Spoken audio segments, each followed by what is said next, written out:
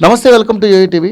తెలంగాణ రాష్ట్రంలో కాంగ్రెస్ పార్టీ అధికారంలోకి వచ్చిన తర్వాత 100 రోజుల్లో ఏ అయితే 6 గ్యారెంటీలు పూర్తి చేస్తామని రేవంత్ రెడ్డి గారు మాట ఇచ్చారో ఇప్పటికీ 7-8 నెలలు గడుస్తున్నా వాటి మాట మూటలుగానే ఉండిపోయింది తప్ప అవి అమలు కావట్లేదు అనేది బీఆర్ఎస్ అంటే ప్రతిపక్షంలో ఉన్నటువంటి బీఆర్ఎస్ నాయకులు మాట్లాడుతున్నటువంటి మాట. అదేవిధంగా ఏదైతే వాళ్ళు ఒక ప్రాజెక్ట్ పెట్టుకున్నారు, ఏదంటే రైతులకి 2 లక్షల రుణమాఫీ ఏకకాలంలో చేస్తాం, అది కూడా ఆగస్టు 15 లోపు అని చెప్పేసి అన్నారు. నిన్న 18వ తారీఖున మరి 11 లక్షల మందికి చిల్లర 11,42,000 మందికి ₹1,00,000 రుణమాఫీ చేసినట్లుగా రేపు నిన్న 4 గంటలకే వాళ్ళ అకౌంట్లలో మెసేజ్ల సౌండ్లు మారుమోగిపోయేలాగా ప్లాన్ చేశాము అని చెప్పేసి రేవంత్ రెడ్డి గారు చెప్తున్నారు. సార్, మరి ఎవరికి పడ్డాయో ఏంటనేది ఇంతవరకు ఎవరికి మరి ఇంతవరకు దాని మీద ఒక నిర్దిష్టమైనటువంటి ప్రకటన అయితే రాలేదు. సో 6 గ్యారంటీలు, అదేవిధంగా హామీల విషయంలో కావచ్చు, ఏదైతే అసాధ్యం, బీఆర్ఎస్ పార్టీ అసాధ్యం కాదు, 2 లక్షల రుణమాఫీ అసాధ్యం అన్నదాన్ని మరి వాళ్ళు సాధ్యం చేశారా లేదా అనేది బీఆర్ఎస్ సీనియర్ నాయకురాలు, మహిళా విభాగానికి సంబంధించినటువంటి నాయకురాలు పావని గౌడ్ గారు ఉన్నారు. ఆమెను అడుగుదాం. ఎందుకంటే మరి దీనికి సంబంధించి వాళ్ళ దగ్గర అంటే వాళ్ళకి నిజంగానే నమ్మకం కలిగిన దీని మీద హరీష్ రావు గారు సవాల్ చేశారు, ఇవన్నీ పూర్తి చేసిన రాజకీయంగా సన్యాసం తీసుకుంటా అని చెప్పేసి. సో మరి ఆమెను అడుగుదాం ఏ విధంగా ఉంది ఏంటి అనేది. అదేవిధంగా విద్యార్థుల సమస్య కూడా చాలా జటిలమైంది, డిఎస్సికి సంబంధించి కావచ్చు, అలాగే గ్రూప్స్కి సంబంధించి కావచ్చు, అన్ని విషయాలు ఆమెను అడిగి తెలుసుకుందాం. మేడం నమస్తే అండి. మేడం, ముఖ్యంగా చూసుకుంటే విద్యార్థులు ఈ రోజున రోడ్ల మీద వచ్చి వాళ్ళు నిరాహార దీక్షలు చేశారు, ధర్నాలు చేశారు, వాళ్ళ యొక్క డిమాండ్లు వినిపించారు. అయినా కూడా ప్రభుత్వం కనికరం జాలి ఏం చూపించకుండా డిఎస్సిని పోస్ట్పోన్ చేయలేదు. ఎగ్జామ్స్ నిన్న జరిగింది, ఇవాళ జరుగుతున్నాయి. అదేవిధంగా గ్రూప్స్ కూడా పోస్ట్పోన్ చేయమన్నారు. అదేవిధంగా గ్రూప్స్కు సంబంధించిన పోస్టులు పెంచమన్నారు. సో ప్రభుత్వం నిమ్మకు నీరెత్తినట్టుగా నేను అనుకునేది చేస్తా అన్నట్టుగా ఏకపక్ష ధోరణితో వాళ్ళు అలా చేసుకుంటూ వెళ్ళిపోయారు. పోస్ట్పోన్ చేయకుండా విద్యార్థులందరూ కూడా ఇచ్చేశారు. కానీ ఓట్లు వేయించి మరి గెలిపించినటువంటి కాంగ్రెస్ పార్టీని విద్యార్థులు ఈరోజు విద్యార్థులను ఈ విధంగా చేశారు ప్రభుత్వం అని చెప్పేసి వాళ్ళు కూడా అసహనం వ్యక్తం చేస్తూ ఉన్నారు. బీఆర్ఎస్ పార్టీ తరఫున మరి మీరు ఎలా రియాక్ట్ అవుతారు? ఇప్పుడు నమ్మించి గొంతు కోయడం రేవంత్ రెడ్డి నైజము, కాంగ్రెస్ పార్టీ నైజం. ఆది నుంచి 60 ఏండ్ల కాంగ్రెస్ పాలనలా అదే విధంగా చేసిండ్రు. ఇప్పుడు తెలంగాణలో కేసీఆర్ గారి ప్రభుత్వం పోయి రేవంత్ రెడ్డి ప్రభుత్వం వచ్చిన తర్వాత రేవంత్ రెడ్డి ప్రభుత్వాన్ని ముందుకు తీసుకురావడానికి, ప్రభుత్వాన్ని ఏర్పాటు చేయడానికి నిరుద్యోగులే మొట్టమొదటిగా అడిగేసిండ్రు. వాళ్ళ ఓట్లే కీలకము, వాళ్ళ మాటలే కీలకము, వాళ్ళే పోయి ఊర్లల్లో ప్రచారం చేసిండ్రు. అవ్వ తాత మీకు పెన్షన్లు వస్తున్నాయి కానీ మాకు జాబులు రావాలనే, రేవంత్ అన్న వస్తే మాకు జాబులు వస్తాయి, మమ్మల్ని గిన్ని చేస్తా అని చెప్తున్నాడు. అధికారంలోకి రాగానే మెగా డిఎస్సి వేస్తా అని చెప్తున్నాడు, జాబు క్యాలెండర్ విడుదల చేస్తా అని చెప్తున్నాడు, గ్రూప్ 1 గ్రూప్ 2 పోస్టులల్లో 1:100 నిష్పత్తి చేస్తా అని చెప్తున్నాడు. ఇవన్నీ చెప్తున్నాడు. మా బతుకులు బంగారు భవిష్యత్తు కాబోతున్నాయి అనేసి పాపం వాళ్ళు కలలుగా అన్నారు. రేవంత్ రెడ్డి అనేటాయనే నమ్మక ద్రోహి, నయవంచకుడు. ప్రజాపాలన పేరుతోటి ప్రజలను నిర్బంధించే పాలనను తీసుకొచ్చిండు ఈ తెలంగాణ రాష్ట్రంలో. కంచెలను తొలగించిన అన్నాడు, మళ్ళా కంచెలేసి అదే నిరుద్యోగులను, అదే విద్యార్థులను రోడ్ల పాలు చేసి కంచెలల్లా మధ్యలో పెట్టేసి పోలీస్ స్టేషన్లల్లా వ్యాన్లల్లా ఎక్కించిన ఘనత కలిగినోడు రేవంత్ రెడ్డి అనేటోడు.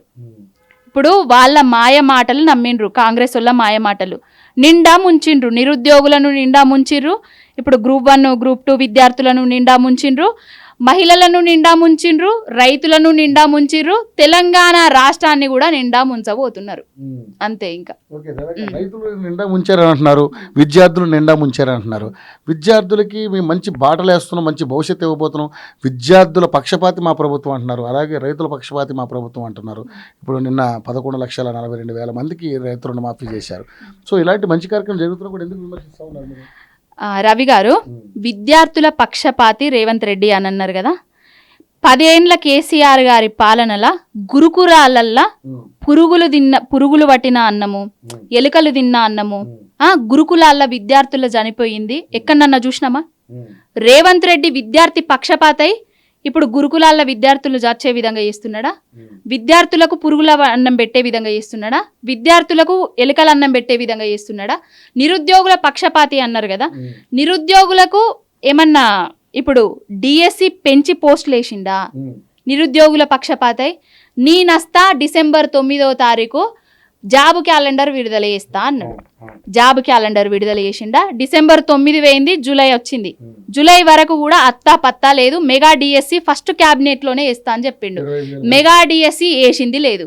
ఇప్పుడు గత ప్రభుత్వం ఏదైతే పోస్టులు మీద వేద్దాం అనుకున్నదో అవి గవ్వే పోస్టులు వేసిండు. ఇప్పుడు డిఎస్సి మళ్ళీ ఎక్కడ పోస్ట్ పోన్ చేస్తే మళ్ళీ 25,000 పోస్టులు పెంచి నేను ఎక్కడ డిఎస్సి వేయాల్సి వస్తుంది అనేసి ఇప్పుడు విద్యార్థులను నయవంచన చేసిండు. పోస్టులు పెంచకుండా నయవంచన చేసిండు, ఎగ్జామ్ను పోస్ట్ పోన్ చేయకుండా నయవంచన చేసిండు. ఇప్పుడు గ్రూప్ 1 గ్రూప్ 2 ప్రిపేర్ అయ్యేటోళ్ళు డిఎస్సికి ఇప్పుడు ఎంత సిలబస్ ఉంటుంది, చదువుకున్నోడికే చదువు విలువ తెలుస్తుంది. ఏదన్నా చదువుకొని పిహెచ్డీలు చేసేది ఉంటే, ఏదన్నా ఉద్యోగంకు అప్లై చేసి ఉంటే ఈ ఘన చరిత్ర ఉన్న నాయకుడికి తెలిసి ఉండేది విద్యార్థుల కష్టాలు సుఖాలు అనేటి. కష్ట సుఖాలు తెలియనోడు ఓన్లీ రియాల్టర్ ఆయనే. రియాల్టర్కి ఏమిటి, భూమి ఇక్కడే ఉన్నది, అక్కడే ఉన్నది, ఇక్కడెంత వెంచర్ వేయాలి, అక్కడెంత వెంచర్ వేయాలని ఉంటుంది. అట్లాంటివన్నీ తీసుకొచ్చి మనం తెలంగాణ రాష్ట్రంలో ముఖ్యమంత్రిగా పెట్టినాం. ఏం చేస్తాడు, ఇట్లనే చేస్తాడు. రైతుల పక్షపాతి అని అన్నారు. రైతుల పక్షపాతి అయితే వచ్చిండు డిసెంబర్ 9వ తారీఖు. కేసీఆర్ గారు ఇచ్చే బిచ్చము రైతు బంధు వద్దు, నేనస్తా ఇస్తా అని చెప్పిండు. రైతు భరోసా 15,000 ఇస్తా అని చెప్పిండు. కేసీఆర్ గారు ఏంటిది 2 పంటలకే ఇస్తాండు, నేను 3 పంటలకే ఇస్తా అని చెప్పిండు. 3 పంటలు వేయినాయి, 2 పంటలు వేయినాయి, ఒక్క పంట కూడా రైతు బంధు లేదు ఇప్పటి వరకు. జూలై వచ్చింది, జూన్లో పడే రైతు బంధు వరి నాట్లు వేస్తారు. ఇప్పుడు పొలాలల్లా దున్నడానికి వెనుకట ఈ కాంగ్రెస్ ప్రభుత్వం ఉన్నప్పుడు సావుకారుల దగ్గర వేరే వాళ్ళ దగ్గరికి పోయి అప్పులు తెచ్చుకునేటోళ్ళు. మళ్ళీ ఈ రేవంత్ రెడ్డి వచ్చిన తర్వాత రైతు బంధు వేయకుండా అప్పుల పాలు చేసిండు రైతులను. ఇప్పటి వరకు వాళ్ళకు రైతు బంధు పడ్డది లేదు. 7,000 కోట్ల రైతు బంధు పైసలు ఎక్కడ వేయినాయి? నువ్వు ఇస్తా అన్న రైతు భరోసా ఏది, ఎవరికి ఇచ్చినావు, ఏ రైతుకు వచ్చింది? ఇదివరకు ఇచ్చే రైతు బంధు పైసలు పొంగులేటికి కాంట్రాక్టుల చొప్పున అప్పచెప్పిండు. ఇప్పుడు వర్షాకాలంలో ఇచ్చే రైతు బంధు పైసలు అత్తా లేదు, పత్తా లేదు, రైతు భరోసా దిక్కు లేదు. ఇప్పుడు రైతు రుణం మాఫీ అని అంటాడు. రైతు రుణం మాఫీ అనేది ఒక బోగస్, గోల్మాల్. ఇంతవరకు ఎవరికి మెసేజ్ రాలేదు. జూలై మాసంలో వచ్చే పెన్షన్లు ముసలవ్వలకు తాతలకు వచ్చే పెన్షన్లు రాలేదు. కళ్యాణ లక్ష్మిలా చెక్కులు బౌన్స్ అవుతున్నాయి. తులం బంగారం రాలేదు. 2,500కు అత్తకు పెన్షన్ వచ్చినా కోడలికి ఇస్తా అని చెప్పిండ్రు. 2,500 ఊసులేదు, అత్తకచ్చే పెన్షన్ జాడలేదు. ఎక్కడ ఏం చేస్తున్నారు? విద్యార్థులకు చకచక స్కూటర్లు వస్తాయని చెప్పిండ్రు. ఇంతవరకు స్కూటర్ల కోసం ఎదురు చూస్తున్నారు, స్కూటర్లు రాలే. నిరుద్యోగులకు పాపం 4,000 నిరుద్యోగ భృతి ఇస్తామని చెప్పిండ్రు. నిరుద్యోగ భృతి ఇచ్చిండ్రా? ఏమిచ్చిండ్రు? 6 గ్యారంటీలు అన్నాడు, 13 హామీలు అన్నాడు. ఒక్క గ్యారంటీని కూడా తెలంగాణ రాష్ట్ర ప్రజలకు అందించని గటికుడు ఈ రేవంత్ రెడ్డి. మహిళలకు బస్సు ప్రయాణం బాగానే ఉంది. అబ్బా చాలా బాగుందండి రవి గారు. ఒకసారి మీరు వస్తే తన్నుకునుడు గుద్దుకునుడు సోషల్ మీడియాలో చూస్తున్నాం కదా. ఆడవాళ్ళని చూస్తే ఆడవాళ్ళు మనోభావాలు దెబ్బతింటున్నాయి. 200 100 పెట్టుకొని ప్రయాణం చేయలేమా మేము? మాకు ప్రయాణం చేయలేమా అంటే రోజు తిరుగుకుంటూనే ఉంటామా మేమేమన్నా? ఇప్పుడు షాపింగ్లకు వాటికి వీటికి ఓడానికే ఉంటామా? బస్సు ఫ్రీ పెట్టి మాకు ఇస్తా అన్న హామీలు ఎగ్గొట్టిండు కదా, మరి వాటి సంగతి ఏంది? 2,500 ఇస్తే మేము షాపింగ్లో పోతాం కదా. తులం బంగారం ఇస్తే మా ఆడబిడ్డలకు కళ్యాణ లక్ష్మిల తులం బంగారం ఇస్తే పుస్తెల తాడు కన్నా పుస్తెలన్నా వస్తుంటాయి కదా. అవన్నీ హామీలు. నువ్వు ఇస్తా అన్నావు, వస్తా అన్నావు, డిసెంబర్ 9వ తారీఖు ప్రజాపాలన చేస్తా అన్నావు. ప్రజలను ముంచే పాలనను తీసుకొని వచ్చినావు. ప్రాజెక్టులల్లో నీళ్లు లేవు, పంటలు ఎండిపోతున్నాయి, పట్టించుకునే నాదుడు లేడు. 500 బోనస్ అన్నాడు వడ్లకు, ఇచ్చిన దాఖలాలు లేవు. 500కే గ్యాస్ సిలిండర్ అన్నాడు. ఎక్కడ ఎవరికి వస్తుంది 500కు గ్యాస్ సిలిండరు? ఎవరికి వచ్చింది తెలంగాణ రాష్ట్రంలో? ఎక్కడ ఇచ్చిండు? 200 యూనిట్లు ఇస్తున్నారు కదా మేడం. 200 యూనిట్ల కరెంటు ఫ్రీ అనేది పెద్ద బోగస్. 200 ఒకటి వచ్చింది అనుకోండి. ఇంకొకటి ఇదివరకు కరెంటు బిల్లులు ఫ్యాను లైటు అవి ఉంటే 300 400 500 వచ్చి ఉండే. ఏసీలు ఫ్రిడ్జులు అవి లేకున్నా కూడా, ఇప్పుడు ఏసీలు ఫ్రిడ్జులు లేకున్నా కూడా పల్లెటూర్లల్లో మీరు ఓండి జనాలు చెప్తారు ఒక్కొక్కరికి 700-800 1,500 దాకా వస్తుంది కరెంటు బిల్లు. పెంచేస్తున్నారు. కరెంటు కూడా చక్కగా వస్తలేదు, పెంచేస్తున్నారు. అసలు 200 దానికి కూడా చాలా మందికి ఏదో కార్డ్స్ అవని దరఖాస్తులు చేసుకోమని చెప్పిండ్రు కదా, ఆ దరఖాస్తులు ఇంకా కంప్యూటర్లో ఆన్లైన్లు కాలేదనేసి చాలా మట్టుకు 200 యూనిట్ల కరెంటు మాఫీ కూడా ఇస్తలేరు.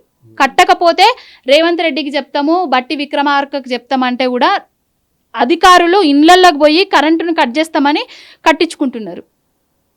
మీకు ప్రూఫ్ కూడా చూపిస్తాను నేను కావాలంటే, జనాలలోకి రండి.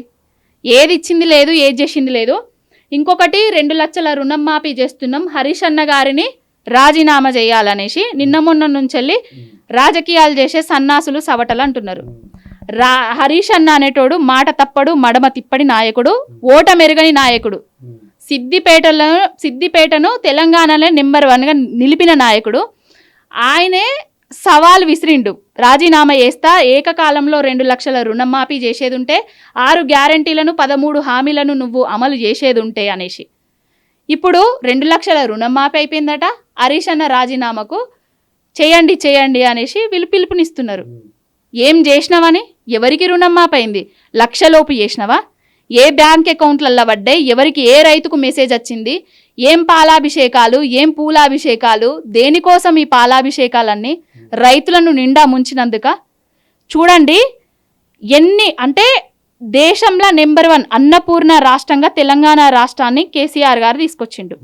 అంటే వ్యవసాయం దండగా అన్నారు ఆంధ్ర నాయకులు. తెలంగాణ వస్తే తెలంగాణలోకి వ్యవసాయం చేత కాదు, పాలన చేత కాదు, కరెంటు వైర్ల మీద బట్టలు ఎండేసుకుంటారు అని అన్నారు. 9.5 ఏళ్లలో కరెంటు వైర్ల మీద బట్టలు ఎండేసుకున్నది లేదు, పొలాలు బీడున్నది లేదు, పాలన చేత కాకుండా పోయింది కూడా లేదు. ఇప్పుడు రేవంత్ రెడ్డి వచ్చిన తర్వాత ఇప్పుడు తెలుస్తుంది కదా, ఇదివరకు కేసీఆర్ గారి ప్రభుత్వంలో ఎన్ని క్వింటాల్ల ధాన్యం పండింది, రేవంత్ రెడ్డి వచ్చిన తర్వాత ఎన్ని క్వింటాల్ల ధాన్యం పండబోతుంది తెలుస్తుంది కదా. వర్షాకాలంలో వానలు, వర్షాకాలం వచ్చిన తర్వాత కూడా చెరువులల్లో నీళ్లు లేవు, కుంటలల్లో నీళ్లు లేవు, ప్రాజెక్టులల్లో నీళ్లు లేవు. ప్రాజెక్టులు ఎండబెట్టిండు, ఎక్కడ ఇసుక క్వారీలు అయితే అక్కడ ఇసుక క్వారీలు పెట్టి 800 కోట్ల పైచిలకు ఇసుకను అమ్ముకున్నాడు. 200 కోట్లు అయితే మేడిగడ్డ రిపేర్ అవుతుండే, దాన్ని రిపేర్ చేయకుండా జాప్యం చేసి 800 కోట్ల మేడిగడ్డ ఇసుక అమ్ముకున్నాడు, ప్రాజెక్టులలో ఇసుక అమ్ముకున్నాడు, కాంట్రాక్టులు పెంచుకున్నాడు. డబ్బులు వీళ్ళు ఏంటంటే అధికారంలోకి వచ్చింది వాళ్ళు పెరగడానికి తప్ప ప్రజలను పెంచడానికి కాదు, ఆర్థికంగా బలోపేతం చేయడానికి కాదు, పేదరిక నిర్మూలన కాదు, మహిళలను పారిశ్రామికవేత్తలుగా తీర్చిదిద్దడానికి కాదు. ఓన్లీ వాళ్ళ భార్యలకు బంగారాలు చేయించుకోవడానికి, వాళ్ళు పెద్ద పెద్ద కార్లు కొనుక్కోవడానికి, వాళ్ళు భూములు కొనుక్కోవడానికి, వాళ్ళు పైసలు సంపాదించుకోవడానికి మాత్రమే ఈ కాంగ్రెస్ ప్రభుత్వం అధికారంలోకి వచ్చింది. ఏ మహిళ బాగుపడ్డది కాంగ్రెస్ ప్రభుత్వం అధికారంలోకి వచ్చిన తర్వాత? ఏ నేతన్న బాగుపడ్డాడు, ఏ రైతన్న బాగుపడ్డాడు, ఏ ఆటో అన్న బాగుపడ్డాడు? ఆటోలలో రోజు 3 రంగుల జెండా వట్టి అని పాటలు వేసి తిరిగిర్రు రోడ్ల మీద. ఇప్పుడు ఆటోలలో ఏమంటారంటే రేవంత్ రెడ్డి ఎక్కడ కనబడితే అక్కడ చెప్పు తీసుకొని అంతమంటారు. 12,000 సంవత్సరానికి ఆటో అన్నలకి ఇస్తా అని చెప్పిండు. 12,000 ఆటో అన్నలకంటే రోజు ఎంత, నెలకెంత? వాళ్ళకి బిచ్చం వేస్తున్నావా నువ్వేమన్నా? నువ్వు ఫ్రీ బస్సు పెట్టబట్టి ఆటో అన్నలకి ఎంత కష్టమవుతుంది? 9.5 ఏళ్లలో నేతన్నల ఆకలి సావులు చూసినామా, ఆత్మహత్యలు చూసినామా తెలంగాణలో? ఒకప్పుడు కాంగ్రెస్ ప్రభుత్వంలో చూసినాం కదా. మళ్ళా అదే తెలంగాణ రాష్ట్రంలో నేతన్నల ఆకలి చావులు, ఆత్మహత్యలు చూస్తున్నాము, ఆటో అన్నల ఆత్మహత్యలు కూడా చూస్తున్నాము, రైతన్నల ఆత్మహత్యలు కూడా చూస్తున్నాం. ఏ విధంగా అసలు ఏది ప్రజాపాలన? ఎక్కడుంది ప్రజాపాలన? ప్రజలు మెచ్చే పాలన ఎక్కడుంది? ప్రజాపాలన ఎక్కడుంది? ప్రజలను ముందుకు నడిపే పాలన ఎక్కడుంది? పోలీసుల నిర్బంధాలు, కక్షలు, కారణ్యాలు, ధరణి పోర్టల్ అని అన్నారు, తీసేస్తాము ఎత్తేస్తామని అన్నారు. మొత్తం ఇప్పుడు ఊళ్ళల్లా ఒడ్ల పంచాయతీలు, గట్ల పంచాయతీలు, భూముల పంచాయతీలు, ఒకళ్ళొకళ్ళు తలలు నరుకునుడు. వెనుకట రాజ్యం తీసుకొచ్చిండు, వెనుకట రోజులు తీసుకొస్తా అన్నాడే మన రేవంత్ అన్న అన్నాడు కదా, వెనుకట రోజులు తీసుకొని వచ్చిండు. కానీ ఇప్పుడు మీరు గట్టిగా ఫైట్ చేయడానికి, మీ ప్రతిపక్ష హోదాను నిలుపుకోవడానికి మీరే ఇన్ని అగచాట్లు పడతా ఉన్నారు. ఎందుకంటే ఉన్న ఎమ్మెల్యేలు అందరూ కూడా కాంగ్రెస్లోకి వెళ్ళిపోతూ ఉన్నారు, ఎమ్మెల్సీలు కాంగ్రెస్లోకి వెళ్ళిపోతూ ఉన్నారు. సో మీ బలం తగ్గిపోతుంది, మీ ప్రధాన ప్రతిపక్ష హోదా కూడా లేకుండా పోయే పరిస్థితి ఉంది. ఆల్రెడీ 10 మంది ఎమ్మెల్యేలు వెళ్ళిపోయారు, 6 ఎమ్మెల్సీలు వెళ్ళిపోయారు. సో ఏంటి మరి రేపు పొద్దున బీఆర్ఎస్ పరిస్థితి ఎలా ఉండబోతుంది తెలంగాణ? మా అధినాయకుడు కేసీఆర్ గారి బలం ఎమ్మెల్యేలు కాదు, కేసీఆర్ గారి బలం పార్టీలు ఫిరాయించే నాయకులు కాదు. కేసీఆర్ గారే, కేసీఆర్ గారికి బలం, కేసీఆర్ గారికి తెలంగాణ ప్రజలే బలం. తెలంగాణ ప్రజలే 10 ఏళ్ళు ఆయనను కుర్చీలో కూర్చుండబెట్టిర్రు. అదే తెలంగాణ ప్రజలు ఓడగొట్టిండ్రు. ఎందుకు ఓడగొట్టినంరా అని గొడగొడ ఏడుస్తున్నారు ఈ 7 నెలలలోనే. ఒకవేళ ఇప్పుడు ఏ ఎలక్షన్స్ వచ్చినా కూడా కాంగ్రెస్ పార్టీని చిత్తుగా ఓడగొట్టబోతున్నారు ప్రజలు. ఏందంటే మసిబూసి మారేడుకాయ చేసి ప్రజలను తూతు మంత్రం, అసలు అధికారంలోకి వస్తా అని రేవంత్ రెడ్డి కూడా ఎక్స్పెక్ట్ చేయలేదు. రోజు గిచ్చుకుంటున్నాడు కావచ్చు నీ ముఖ్యమంత్రినా అనేసి. అది వాళ్ళ పరిస్థితి, వాళ్ళకే నమ్మకం లేదు. అయినా ఆ ముఖ్యమంత్రి పదవి ఢిల్లీ నుంచి వచ్చిన షీల్డ్ కాల్డ్ ముఖ్యమంత్రి ఆయన. అది ఎప్పుడు ఉంటుందో ఎప్పుడు పోతాడో ఆయనకే లేదు, నమ్మకం లేదు. ఆయన నాయకుల మీద ఆయన నమ్మకం లేకనే మా పార్టీ నాయకులను చేర్పించుకుంటున్నాడు నయాననో భయాననో. పోయిన నాయకులందరూ కూడా మా గుంతులో ప్రాణం ఉన్నంత వరకు, మేము సచ్చేంత వరకు కేసీఆర్ గారితోటే ఉంటామని చెప్పారు. గూడెం మహిపాల్ దగ్గర నుంచి వెళ్ళి మొదలు పెడితే పోచారం శ్రీనివాసరెడ్డి దాకా. మరి గుండెలో ప్రాణం పోయిందా, గొంతులో ప్రాణం పోయిందా, వాళ్ళు పార్టీని ఫిరాయించిండ్రు. ఇప్పుడు వాళ్ళు బతికున్న చచ్చిన శవాలతో సమానం పార్టీ ఫిరాయించిన నాయకులు. అదే కేసీఆర్ గారు కూడా చేర్పించుకున్నారు. కానీ తెలంగాణ అస్తిత్వం ఎక్కడ ఏ మూల నుంచి వచ్చి ఎవరు దెబ్బతీస్తారో, తెలంగాణను ఎవడు దెబ్బతీస్తారో. ఎందుకు అప్పుడు మీకు 88 మంది ఎమ్మెల్యేలు ఉండగా ఎందుకు చేర్చుకోవాల్సి వచ్చింది? ఓటుకు నోటు కేసు చూసినాం కదా, ఓటుకు నోటు దొంగలను చూసినాం కదా. అంతమంది ఉండంగానే ఎమ్మెల్యేలను కొనుగోలు చేసి ప్రభుత్వాన్ని పడగొడదామని చూసిండ్రు. కొంచెం అభద్రతా భావంతో చేర్పించుకొని మేము కూడా తప్పు చేసినాము. మాకు ఏ స్థానాన్ని ఇచ్చిర్రు? ఇప్పుడు ప్రతిపక్ష హోదాని ఇచ్చిండ్రు. చేర్పించుకునేటోళ్ళు అందరికీ కూడా ప్రతిపక్ష హోదానే ఉంటుంది. ఇప్పుడు నెక్స్ట్ 5 years 10 సంవత్సరాలు మేము పాలిస్తాము అని కాంగ్రెస్ వాళ్ళు భ్రమపడుతున్నారు. 10 సంవత్సరాలు కాదు కదా, అసలు వాళ్ళు నెక్స్ట్ చూడండి వాళ్ళ పరిస్థితి ఎట్లుంటుందో మీరే చూడబోతున్నారు. ఫైనల్గా ఏంటి అంటే పిఆర్ఎస్ ఈసారి నెక్స్ట్ అధికారంలోకి వచ్చే అవకాశం ఉందని మీరు భావిస్తున్నారా? నెక్స్ట్ అధికారంలోకి రావడమే కాదు, 20 సంవత్సరాల పాటు ఏకకాలంగా మేము పరిపాలిస్తాం తెలంగాణ రాష్ట్రాన్ని. తెలంగాణ రాష్ట్రానికి బీఆర్ఎస్ పార్టీకి పేగుబంధం, రక్తబంధం, ఒక తల్లికి బిడ్డకుండే బంధం. దాన్ని ఎవ్వరూ విడదీయలేరు. కొన్ని అనివార్య కారణాల వల్ల, అలవి కాని హామీల వల్ల, మరాఠీల వల్ల మాయలు చేసి 2 జాతీయ పార్టీలు రహస్య ఒప్పందాలను పెట్టుకొని బీజేపీ కాంగ్రెస్ తెలంగాణ రాష్ట్రంలో ఒక్కటే. అది మొన్న ఎంపీ ఎలక్షన్లలో చూసినాము, ఎమ్మెల్యే ఎలక్షన్లలో కూడా చూసినాం. మేము ఎట్లకున్నా బీజేపీ వాళ్ళము అధికారంలోకి రాము. కాంగ్రెస్ వాళ్ళ అధికారంలోకి వస్తే నెక్స్ట్ 5 yearsలో మేము పుంజుకుంటాం అనుకున్నారు. కానీ వాళ్ళని ఎక్కడ మేము పుంజుకొనిస్తలేము. మళ్ళీ ప్రజల పక్షాన, ప్రతి ఒక్కరి పక్షాన కొట్లాడుతున్నది బీఆర్ఎస్ పార్టీనే ఇప్పటి వరకు కూడా. అంటే బీఆర్ఎస్ పార్టీని మోడీ నేరుగా ఓడించలేక, రేవంత్ రెడ్డి కత్తి ఒకరు పొడిచేది ఒకళ్ళని అంటారుగా, నమ్మక ద్రోహులు అందరూ ఒక్కటై కేసీఆర్ గారిని ఓడించడం జరిగింది. మా దాంట్లో కూడా కొంతమంది నమ్మక ద్రోహులు చేయబట్టే కేసీఆర్ గారు ఓడిపోవడం జరిగింది. నెక్స్ట్ ఎలా ప్లాన్ చేస్తున్నారు? అంటే కొత్తగా వచ్చిన వాళ్ళకి అవకాశాలు కల్పించే అవకాశం ఉందా మీలాంటి వాళ్ళకి? మీకు ఎందుకంటే ఇప్పుడు ఉన్నటువంటి పాత నీరు అంతా పోతుంది, కొత్త నీరు వస్తుందని చెప్పేసి మాట్లాడుతూ ఉన్నారు. సో మీకు మంచి అవకాశం వచ్చే అవకాశం ఉందంటారా మీలాంటి వాళ్ళకి? నేనేదో అవకాశం కోసం కేసీఆర్ గారి మీద ప్రేమతో, ఆయన మీద నాకు చాలా అభిమానం, ప్రేమ. ఎందుకంటే తెలంగాణ రాష్ట్రం రాకముందు తెలంగాణ పరిస్థితి ఎట్లుండేది అనేది నేను బేరీజ్ చేసుకున్నా. మా ఇంటికి రోజు పేపర్ వస్తుండే, రోజు నేతన్నల ఆకలి చావులు, సిరిసిల్ల ఉరిసిల్ల అనే క్యాప్షన్స్ ఉంటుండే.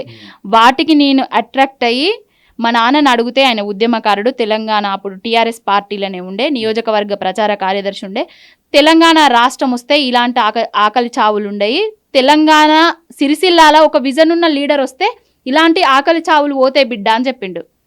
ఆ మాటకే నేను కేసీఆర్ గారికి నిజంగానే అవుతుందా, మా నాన్న ఏదో టీఆర్ఎస్ కదా చెప్తున్నాడు అనుకున్నా.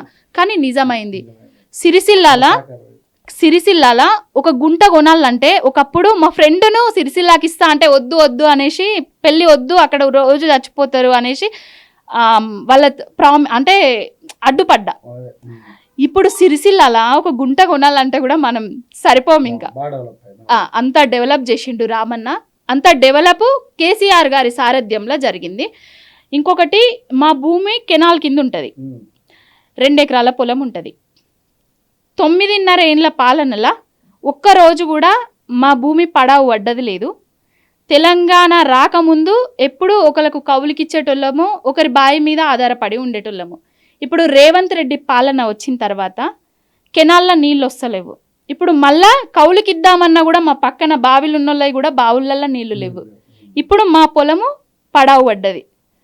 ఇవన్నీ చూస్తున్నా, బేరీజ్ చేసుకుంటున్నా. కేసీఆర్ గారికి వీర అభిమానిని నేను. అంటే తెలంగాణ రాష్ట్రంలో కేసీఆర్ గారి పరిపాలన ఉంటేనే రాష్ట్రం అభివృద్ధి జరుగుతుంది, రైతన్న అభివృద్ధి చెందుతాడు, అన్ని విధాలుగా జీడిపి కానీ ఏది కానీ ముందుకు పోతుంది అనేసి గట్టిగా నమ్ముతున్న దాన్ని నేను. ఆయన కోసం నా జాబ్ వదిలిపెట్టుకొని చేస్తున్నా. అంటే నాది ఎంత కమిట్మెంటు. ఆయన ఏంటంటే నాకు రేపు ఏదన్నా అవకాశం ఇచ్చినా, అవకాశం ఇవ్వకపోయినా కూడా చచ్చేంత వరకు బాపు ఎప్పుడు ఓకే, చూపించండి. Super. Okay, so thank you Pavani గారు. సో చూద్దాం, అంటే ఇప్పుడు ఉన్నటువంటి పరిస్థితులు మనం చూస్తున్నాం కాబట్టి నెక్స్ట్ ఏ విధంగా ఉండబోతుంది ఏంటనేది. ఎందుకంటే ఇప్పుడు స్టూడెంట్స్ ఇష్యూ మీద మీకు కొంచెం అంటే జనాలు కూడా చాలా అన్నారు, మేము అనవసరంగా కేసీఆర్ని ఓడగొట్టాం, మిమ్మల్ని గెలిపించాను. ఒకటైతే వచ్చింది. సో ఏ విధంగా ఉండబోతుంది చూద్దాం. ఎందుకంటే కాంగ్రెస్ ఇప్పుడే కదా 7 నెలలు అయింది, వాళ్ళకు కూడా అవకాశం ఇవ్వాలి. వాళ్ళు ఏం చేస్తారనేది ఒక సంవత్సరం అయితే కానీ వాళ్ళు రంగు అసలైన రంగు ఏంటనేది బయటపడుద్ది. సో చూద్దాం ఏదైనా. థ్యాంక్ యూ సో మచ్ అండి. సో ఇదేంటి పరిస్థితి. ఏదైనా విద్యార్థులకి కానీ రైతులకు కానీ అందరికీ వాళ్ళు ఇస్తున్నటువంటి హామీలన్నీ కూడా సకాలంలో నెరవేర్చాలని చెప్పేసి బీఆర్ఎస్ పార్టీ కూడా డిమాండ్ చేస్తూ ఉంది. సో ఏదేమైనా రైతు రుణమాఫీ అనేది అసాధ్యం కాదని బీఆర్ఎస్ ఇప్పటికీ చెప్తా ఉంది. ఎందుకంటే 2 లక్షల రుణమాఫీ అంటే మామూలు విషయం కాదు. బట్ అది ఎలా చేస్తారు ఏంటనేది దీని మీద పూర్తిగా వాళ్ళు క్లారిటీ ఇవ్వాలని చెప్పేసి డిమాండ్ చేస్తూ ఉన్నారు. Vote studio.